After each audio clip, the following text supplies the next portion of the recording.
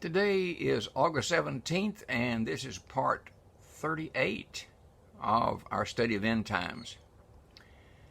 We've been studying end times, so my mind is about things of the end time, and while preparing for sermon, I came across Psalm 46, and it just sort of jumped out at me. So today I'd kind of like to take a little side trip and look at Psalm 46 with you. It starts off, God is our refuge and strength, a very present help in trouble. And of course, during the tribulation, going to be a time of trouble. Verse 2. Therefore, will not we fear, though the earth be removed, and though the mountains be carried into the midst of the sea. Wow. Remember, at the end of the tribulation, there's going to be a great earthquake in which the mountains will be shaken down and all the islands of the sea will disappear. All right, verse 3. Though the waters thereof roar and be troubled, though the mountains shake with swelling thereof. All right, there's that earthquake again, when the mountains will shake.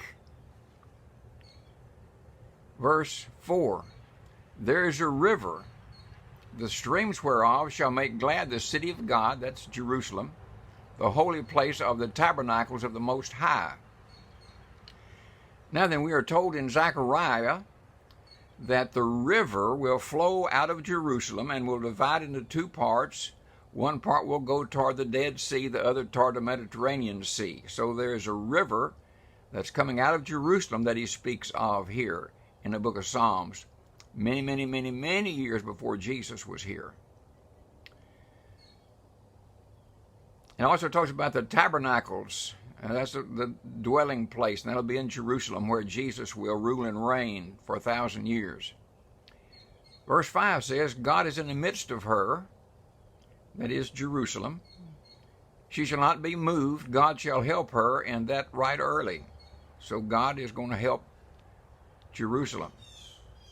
Now then, verse 6, the heathen raged.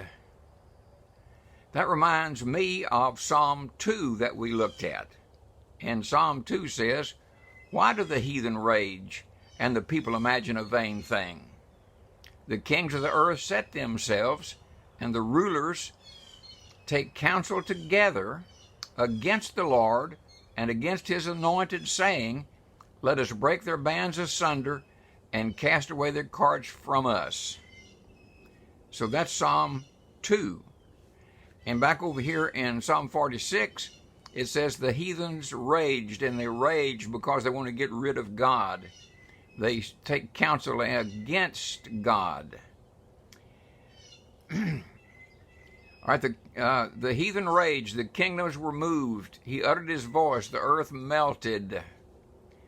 Well, we haven't studied about this yet, but we're going to in the near future about the earth melting. Let me read to you 2 Peter 3:10.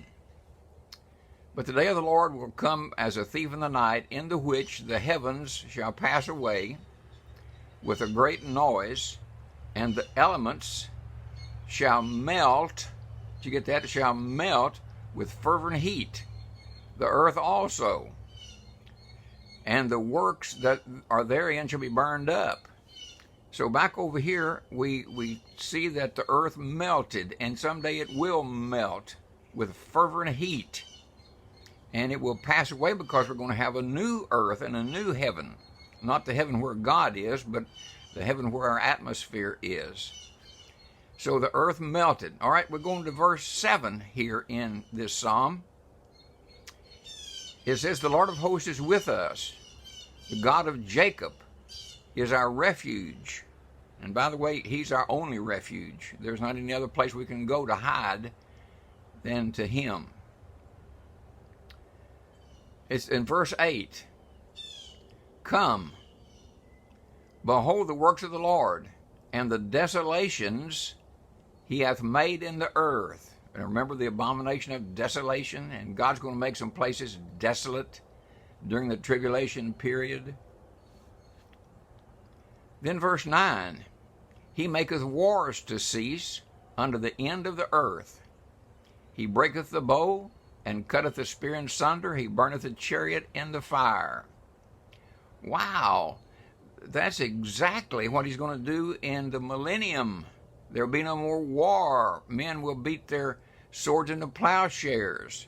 Wars will be ended, and he says that here in this psalm. Then verse 10 says, be still and know that I'm God.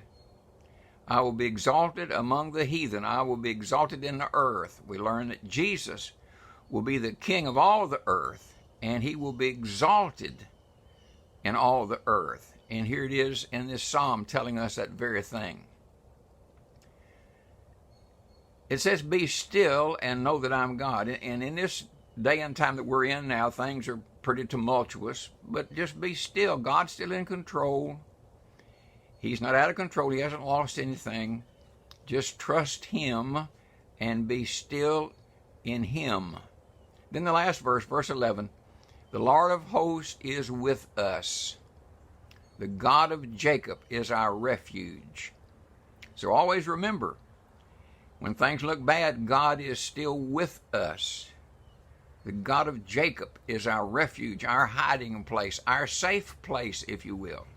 Well, we're way past time, but that's Psalm 46 and how it fits right in with end times. So that's it for today. We will look for you in the morning. God bless you. Have a great day today.